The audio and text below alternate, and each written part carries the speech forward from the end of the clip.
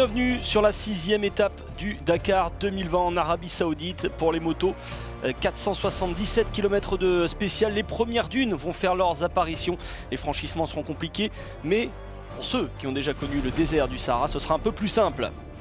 Première partie rapide, 477 km donc au programme. La plus longue étape de ce rallye. Ricky Brabec s'élance en premier. Espère arriver tranquillement à la journée de repos. On espère terminer la journée sur une note positive en ne perdant pas trop de temps. Vous savez, on pourra se reposer demain, puis repartir neuf sur les 6 prochains jours dans les dunes.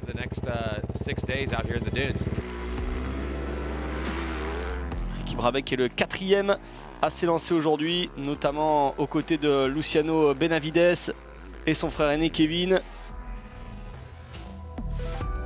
Kevin Benavides qui va malheureusement pour lui perdre beaucoup de temps à 45 km de l'arrivée. Moteur cassé qui va lui coûter plus de 3 heures. Et la victoire au général qui s'éloigne. Il a été tiré jusqu'à l'arrivée.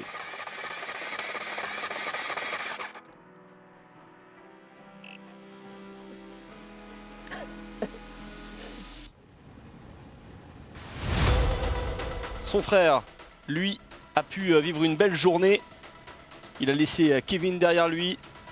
Il est 7e désormais au général avec sa KTM d'usine. Même s'il est encore loin de Brabec au général. Nacho Cornero est toujours au poste pour Honda. Il espère rattraper du temps à ses rivaux. Mais il va avoir une petite chute. Il est tout content de terminer quand même 6e de cette étape. Il est à quelques secondes du podium.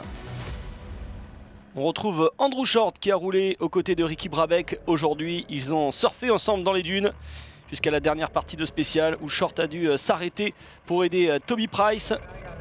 Il a ensuite roulé sur la jambe pour laisser son pneu. Moi j'ai passé une bonne journée jusqu'à 420 km, puis après j'ai dû jouer équipe. Après c'était une longue balade dans le désert.